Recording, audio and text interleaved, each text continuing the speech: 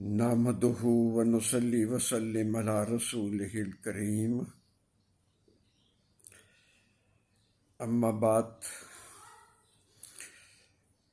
آج میں مسعود مہدی جنجوعہ آپ سے پاکستان کے موجودہ حالات کے بارے میں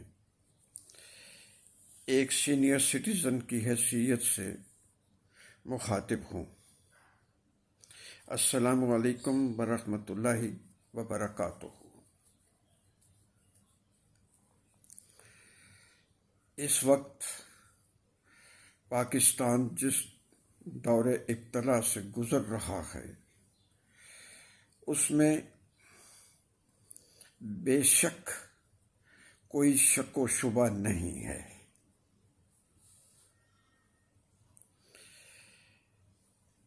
اقوام عالم میں ایسی صورتحال بہت سے ممالک میں آئی اور وہ اس سے گزرے۔ دیکھنا یہ ہے کہ کیا ہم جو اس وقت من حیث القوم محدود چند کو چھوڑ کر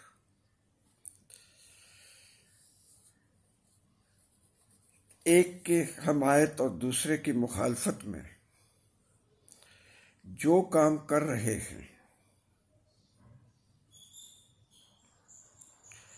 کیا وہ پاکستان کو صحیح راستے پر لے کے جائے گا؟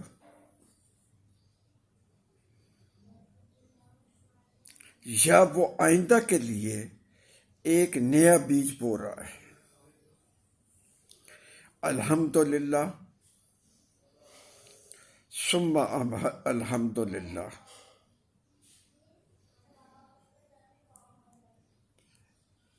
99% آبادی پاکستان کی جو ہے، وہ اندرون ملک ہو یا بیرون ملک ہو، وہ مسلمان ہے۔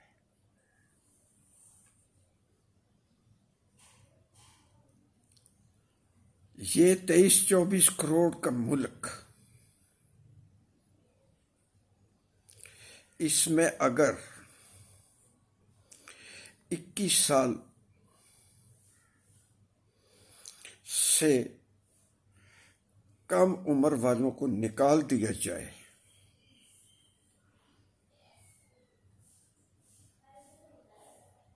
تو 11.5-12 کروڑ لوگ جو ہیں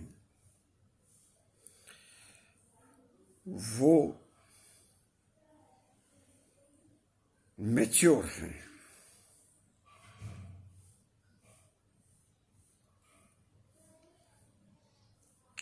وہ اچھا برا سمجھتے ہیں،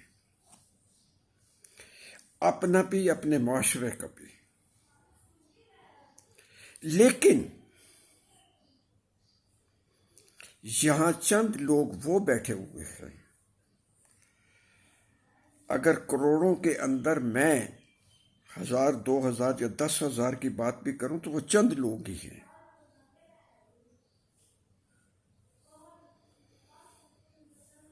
12 کروڑ کے اندر 10,000 کچھ بھی نہیں ہے۔ آپ ان کی پرسنٹیج خود نکال سکتے ہیں۔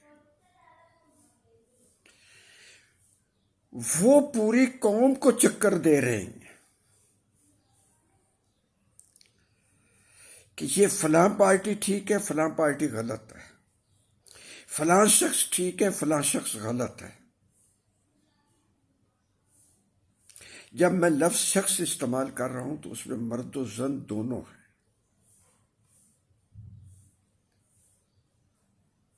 لیکن مجھے بتائیے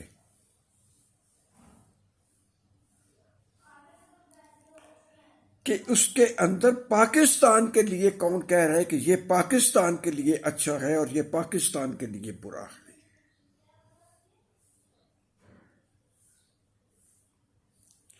ہم سب اس بات کے اوپر متفق ہیں یا متفق کر دیے گئے ہیں کہ جب تک کوئی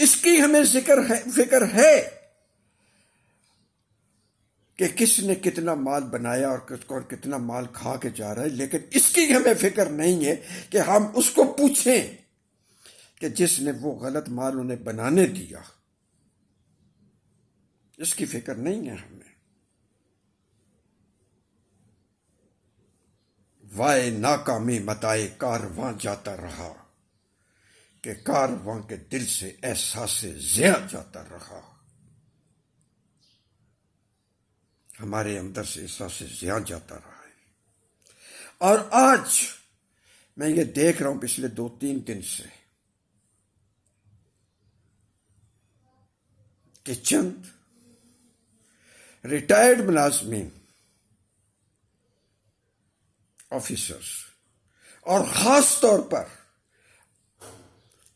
افواج پاکستان سے آ کے وہ ہمیں بھاشن دے رہی ہیں کہ فلاں نے یہ غلط کر دیا، فلاں نے یہ غلط کر دیا، وہ کر دیا، یہ ایسا بندہ ٹھیک نہیں ہے، وہ ایسا بندہ ٹھیک ہے۔ میں ان سے پوچھتا ہوں، میں خود ایک ریٹائرڈ سرکاری ملازم ہوں، دسمبر 95 میں ریٹائر ہوا تھا۔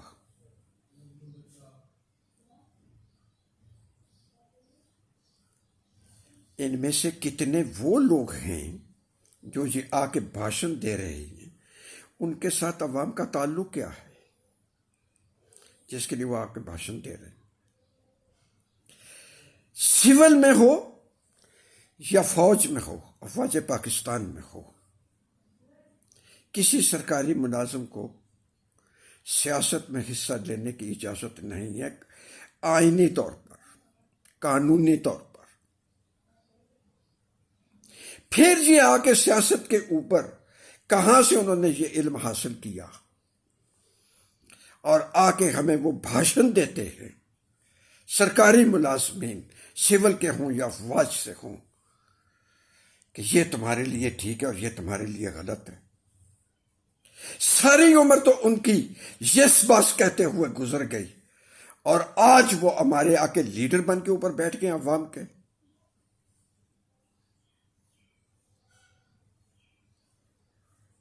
کہاں سے سیاست لے کے آئے وہ؟ کہاں سے سیکھی انہوں نے؟ کہاں کا تجربہ ہے ان کا؟ ہمیں آ کے سکھا رہے۔ ہم سے مراد یہ ہے کہ عوام کو آ کے سکھا رہے ہیں، جو عوام کو کبھی اپنے ساتھ کھڑا ہونے نہیں دیتے تھے، نہ اب ہونے دیتے ہیں۔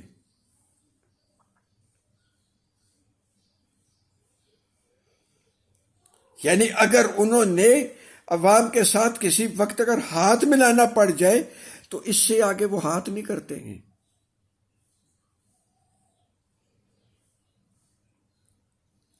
اور پھر وہ ہاتھ جیب میں ڈال کے اسے صاف کرتے ہیں کہ اس کے اوپر گندگی لگ گئی ہے۔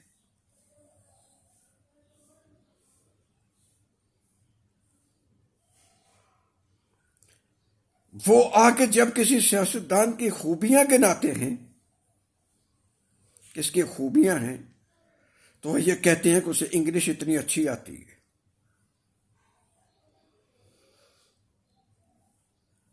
وہ فلاں غیر ملکی اسکول سے پڑھا ہوا ہے، یا کالج سے یا یونیورسٹی سے پڑھا ہوا ہے، یہ خوبی آ کے بتائی جا رہی ہے اس کی۔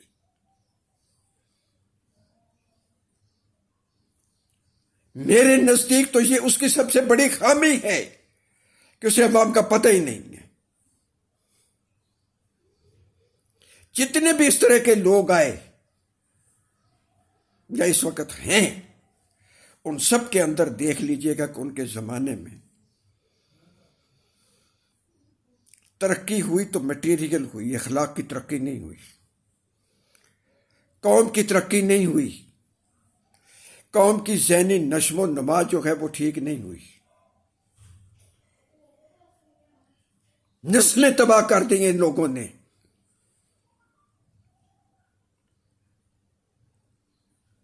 آج ان سے اگر انگریزی لے لی جائے،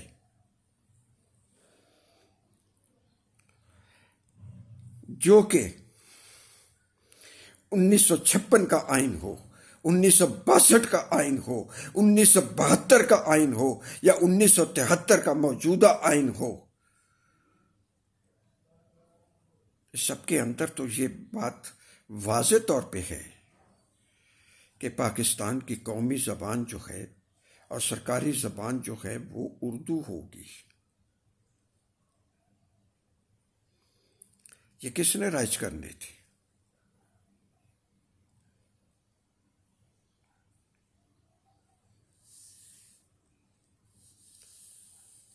یہاں پہ سول دور بھی آئے، فوجی دور بھی آئے،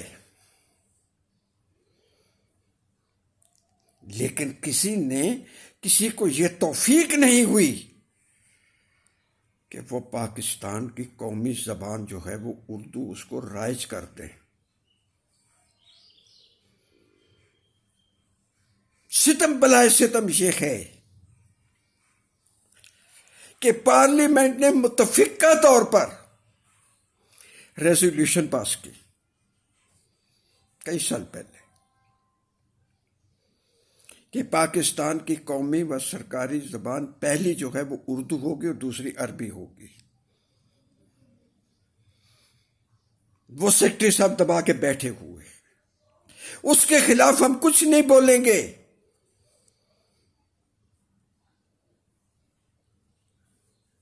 اگر ہم بولیں گے، جلسے کریں گے، جلوس نکالیں گے، تو یہ نکالیں گے فلاں پارٹی زندہ باد، فلاں پارٹی مردہ باد، فلاں پارٹی غدار، فلاں پارٹی ایماندار۔ یہ ہمارے جلوس ہیں۔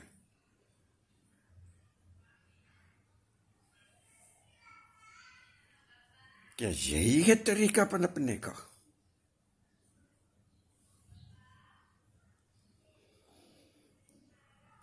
میں تو بھائی بوڑھا آدمی ہو گیا ہوں، میری عمر 80 سال سے متوجہ ہو گئی ہے۔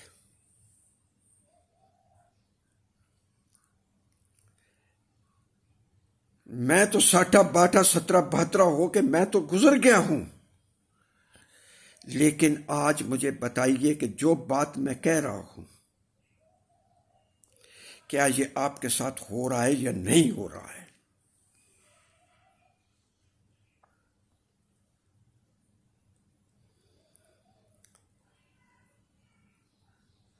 ووٹ کی عمر تو 21 سال سے کم کر کے 18 سال کر دی،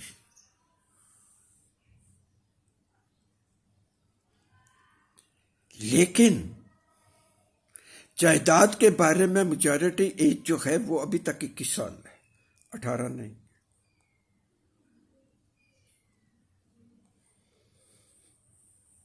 یعنی جو بندہ جائیداد جو 18 سال کی عمر میں جائیداد جو نہیں سنبھال سکتا، اسے کہا جا رہا، اسے حق دے دیا گیا ہے کہ جناب آپ قوم کا جو ہے اس کے پاکستان کے مستقبل کا فیصلہ کریں، ووٹ کریں کہ یہ صاحب رائے ٹھیک ہے یا غلط ہے۔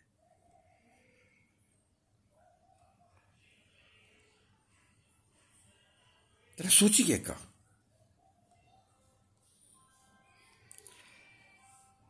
شرح زنا جو ہے وہ بڑھ رہی ہے، بے حیائی بڑھ رہی ہے،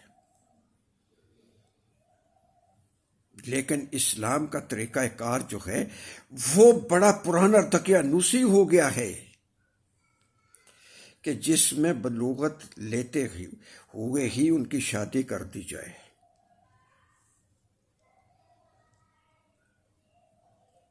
لیکن اس کے لیے کہا گیا نہیں، یہ جب تک لڑکی اور لڑکا 18 سال کے نہ ہو جائیں، اگر وہ 12 سے 14 سال میں اگر وہ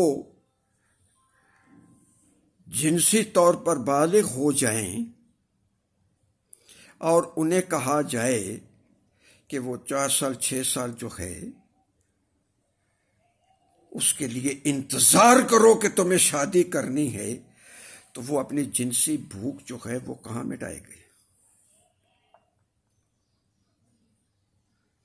یہ تو آپ کو نظر نہیں آتا، اس کے اوپر ہم نے بات نہیں کرنی ہے۔ یہ تو مولوی کا اصول ہے.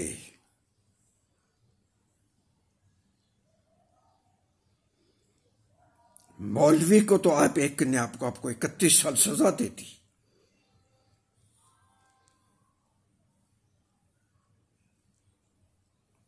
2019 میں گرفتار کیا اور 2022 میں اسے 31 سال کی سزا دے دی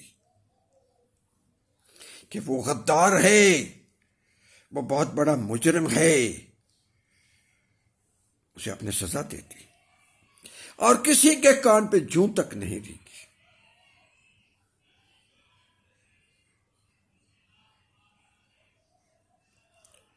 اگر کوئی قرآن پڑھے تو وہ غلط ہے، لیکن وہ اگر انگلش کے اندر مسخ شدہ بائبل کو پڑھے تو وہ ٹھیک ہے.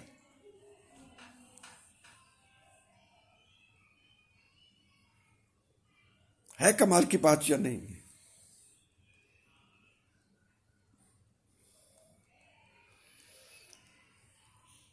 ہمیں بس ایک ہی سبق دیا جا رہا ہے کہ پیسے والے کے سامنے جھک جاؤ،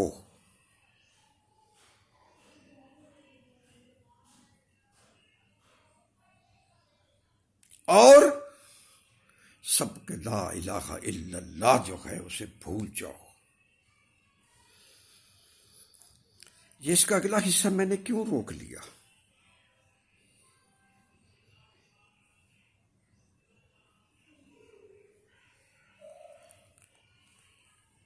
ہم آج اس پہ بحث کر رہے ہیں کہ محمد الرسول اللہ کو اگر کوئی مانے یا نہ مانے، مسلمان تو ہو گیا، اس نے لا الہ کہہ دیا.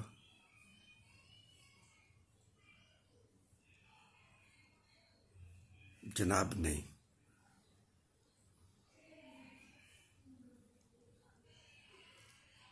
مسلمان تب ہوگا جب قُلْ إِن كُنتُمْ تُحِبُّونَ اللَّهَ فَاتَّبِعُونِی، جب محمد کی اتباع کرو گے. یا لفظ اطاعت نہیں ہے، اتباع ہے کہ جو انہوں نے کیا وہ کرو گے.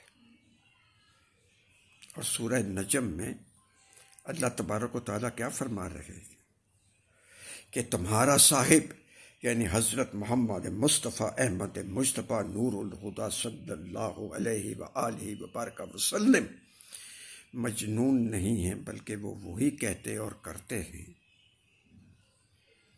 جو انہیں وحی کیا جاتا ہے.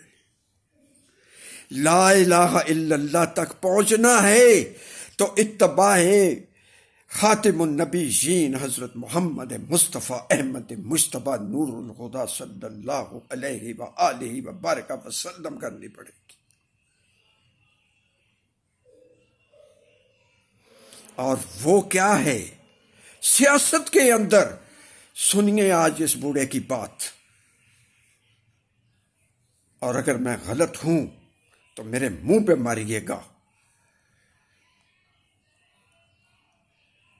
طریقہ خلافت جو ہے وہ پریزیڈنشل فارم نہیں ہے. طریقہ جو خلافت ہے اس میں حسب اختلاف سرے سے موجود نہیں ہے ہی نہیں صرف اختلاف. وہاں یہ نہیں ہے کہ وہاں عوام کے نمائندے نہیں ہیں، عوام کے نمائندے وہاں بھی ہیں، لیکن وہ دینی مسائل کے اوپر کوئی معاملہ نہیں ہے. دینی احکام کے مطابق، قرآن کے احکام کے مطابق، حدیث کے احکام کے مطابق کوئی مسئلہ نہیں ہے.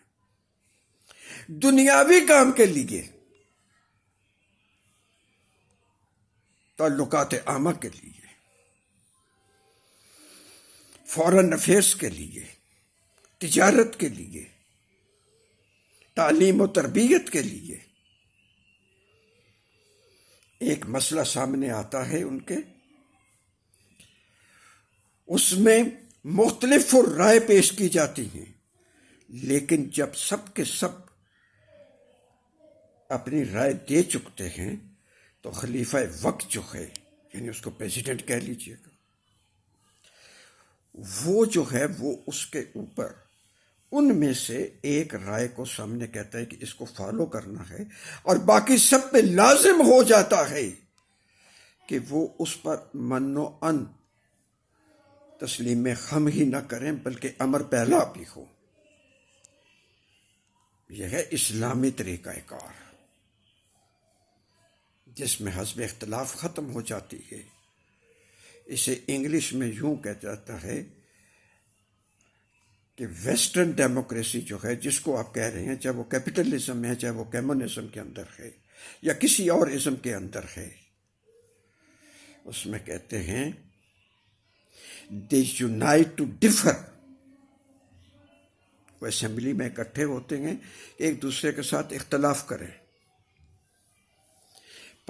جو اسلامی بات ہے وہ یہ ہے they differ to unite۔ وہ اپنی رائے لے کے مختلف بیٹھتے ہیں، پھر ایک رائے کے اوپر متفق ہو جاتے ہیں۔ یہ دونوں میں فرق ہے زمین و آسمان کا، دنیاوی مسائل کے اندر بھی۔ تو للہ اس وقت جو کھچڑی پک رہی ہے، جو بات آ رہی ہے،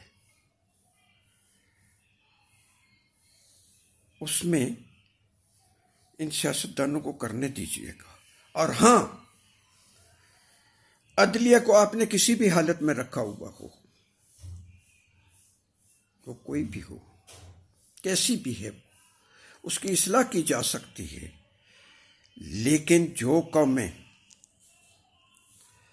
عدلیہ کے فیصلوں میں میخ مین نکالتی ہیں وہ ہمیشہ ڈوب جاتی ہے، سر بلند نہیں ہوتے۔ اسلامی حکومتوں کا جو صفایا ہوا، اس کی ایک مین وجہ یہ بھی تھی کہ وہ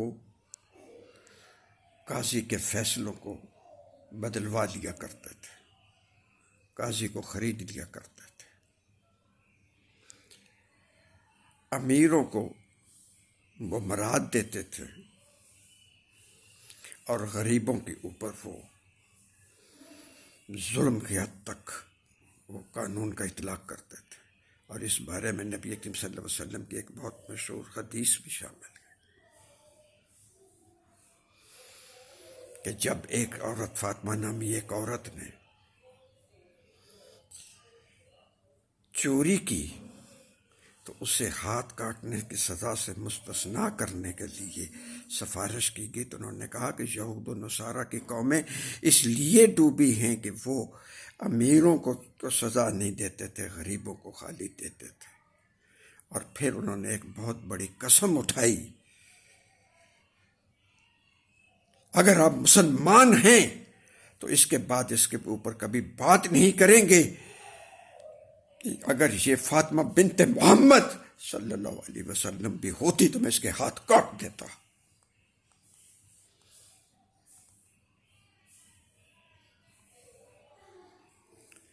یہ ہے اتباع رسول، یہ ہے اتباع نبی۔ وآخر دعوانا الحمدللہ رب العالمین، الصلاة والسلام علی خیر الانبیاء والمرسلین، وصلی اللہ تعالی علی خیر خلقہ محمد وعلی آلہ وصحبہ اجمعین، یا ارحم الراحمین، آمین یا رب العالمین۔ والسلام علیکم ورحمۃ اللہ وبرکاتہ۔